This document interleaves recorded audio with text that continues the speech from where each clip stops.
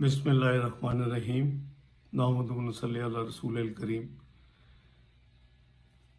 عمران نیازی صاحب نے جیسے کہ انہوں نے جرمنی اور جاپان کا بارڈر ملا دیا، پاکستان میں 12 موسم کی نوید دنیا کو دے دی، اور درخت رات کو آکسیجن چھوڑتے ہیں۔ اب وہ لگتا ہے کہ اکاؤنٹس اور فائنینشیل میٹرز میں بھی نئی چیزیں کوائن کر رہے ہیں۔ انہوں نے ابھی بیان دیا ہے کہ ان کی حکومت نے 2.5 سال میں 35,000 ارب کا قرضہ واپس کیا، جبکہ مسلم لیگ نون کی حکومت نے 5 سال میں 20,000 ارب کا قرضہ واپس کیا تھا۔ یہ لوگوں کو گمراہ کرنے کی ایک اٹیمپٹ لگتی ہے۔ میں عرض کروں کہ جو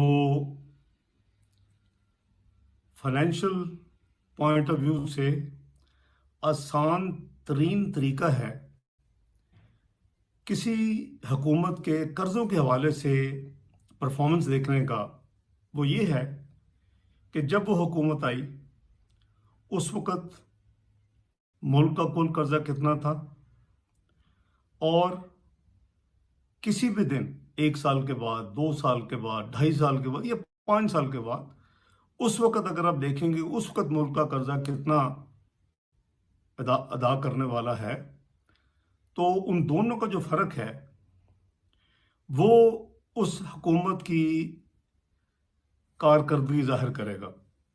مثلاً اگر کوئی حکومت آتی ہے تو اس وقت قرضہ 10,000 ہوتا ہے، اور جب وہ جاتی ہے تو 20,000 ہوتا ہے، تو اس کا مطلب اس حکومت نے اپنے دورانیے میں، حکومت کے دورانیے میں 10,000 ارب قرضہ ملک کے قرضوں میں اضافہ کیا۔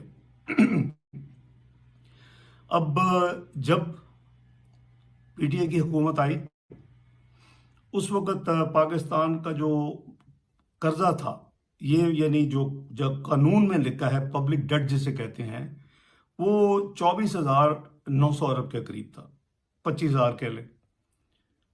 اور ہمارا جو قانون ہے fiscal responsibility and debt limitation act, اس میں اس کے حساب سے کسی بھی دن میں جب آپ نے قرضہ کیلکولیٹ کرنا ہے، تو اگر آپ نے قرضے جتنا آپ آؤٹ اسٹینڈنگ ہے، اگر آپ کے پاس اسٹیٹ بینک میں کیش موجود ہے جو کہ یوٹیلائز نہیں ہوا، اس کو منہا کرنا ہے۔ ہمارا جب انہوں نے ٹیک اوور کیا، ہم نے جب حکومت چھوڑی مسلم لیگ نون نے، تو 24,900 کا قرضہ تھا، لیکن 19 ارب اسٹیٹ بینک میں موجود تھے۔ ریئل قرضہ جو تھا وہ 23,000 ارب تھا۔ پھر چونکہ ان کو ہائر فگر چاہیے تھا، انہوں نے پاکستان کو بدنام کرنا تھا، پاکستان کے اندر، پاکستان کے باہر لوگوں کو گمراہ کرنا تھا، تو انہوں نے ایک نئی دنیا میں پبلک ڈیٹ اسی کو لیا جاتا ہے، اور یہ قانون کے مطابق ہے، یعنی یہ وہ رقم ہے جو حکومت پاکستان نے لی ہے، اسٹیٹ بینک میں آئی ہے قرضوں کی صورت میں، اور ادھر سے ہی جب بھی اس کی ادائیگی کی تاریخ آئے گی وہیں سے وہ واپس بھی جائے گی۔ لیکن نیازی صاحب نے ایک لائبلٹیز کا ہوتا ہے، مثلا اس میں پرائیویٹ سیکٹر کی بھی ہو سکتی ہیں، اس میں پبلک سیکٹر انٹرپرائزز کی بھی ہو سکتی ہیں، جنہوں نے خود ادا کرنی ہے، یعنی وہ جو پیمنٹس ہیں جو یعنی اسٹیٹ بینک نے بجٹ کے ذریعے فائنانس منسٹری نے ادا نہیں کرنی۔ اگر کسی نے ادھار پہ مشینری خریدی ہے تو جب ہوگا وہ روپے ضرور دیں گے، اس کے اگینسٹ آپ کو ڈالر دینے پڑیں گے، تو ایک پبلک ڈیٹ لائبلٹیز کا فگر ہوتا ہے۔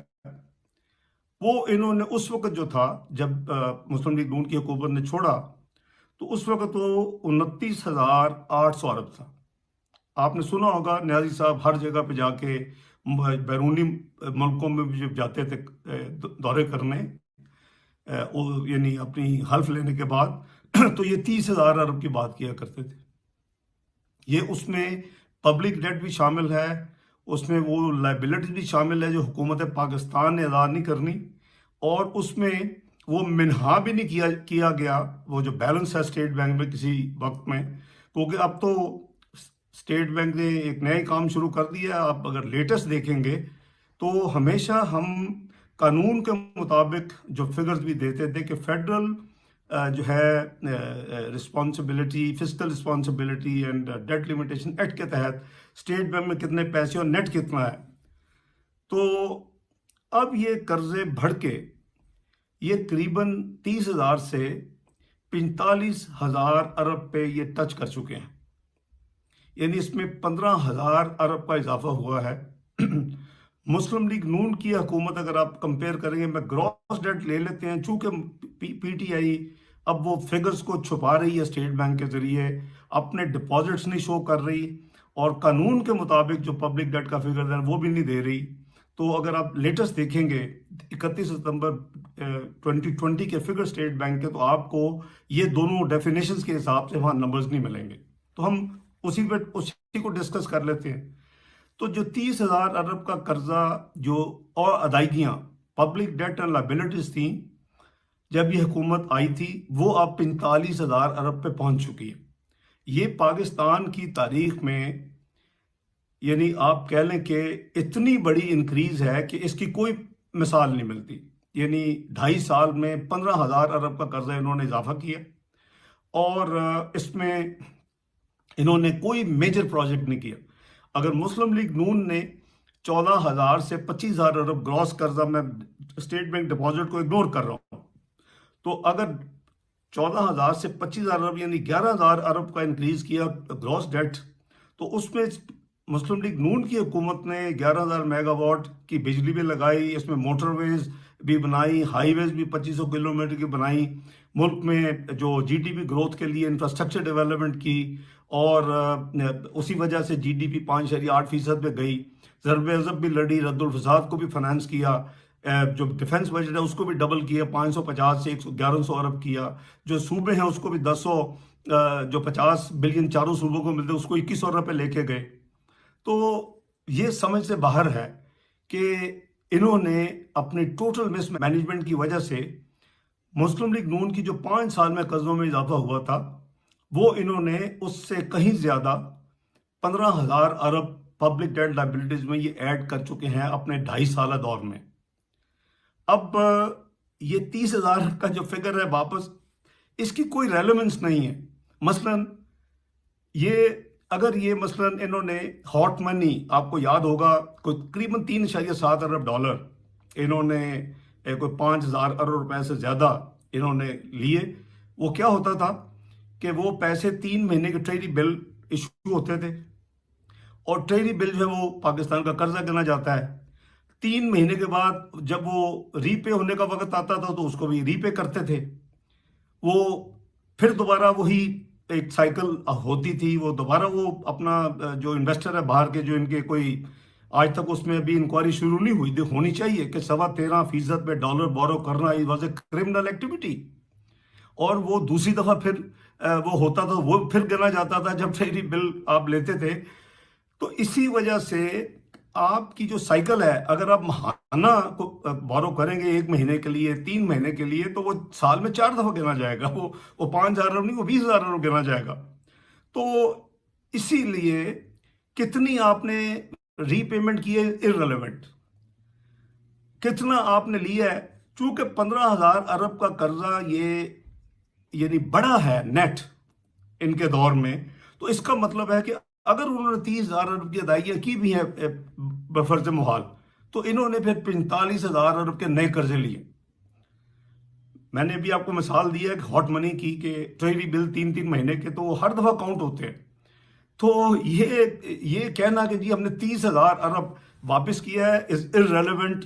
فائنینشیل ورلڈ میں اس کی کوئی ویلیو، کوئی وقت نہیں ہے، کیونکہ آپ آؤٹ آف کانٹیکسٹ بات کر رہے ہیں. آپ بتائیں کہ آپ نے قرضوں میں کتنا اضافہ کیا ہے. جب اصل ایک اور جو پیرامیٹر ہوتا ہے دیکھنے کا، وہ یہ ہوتا ہے debt to G D P, کہ جی آپ کی مجموعی قومی آمدنی کا کتنے فیصد آپ کا قرضہ ہے. دنیا میں اسی کو دیکھا جاتا ہے، نمبر سے زیادہ وہ چیز دیکھی جاتی ہے.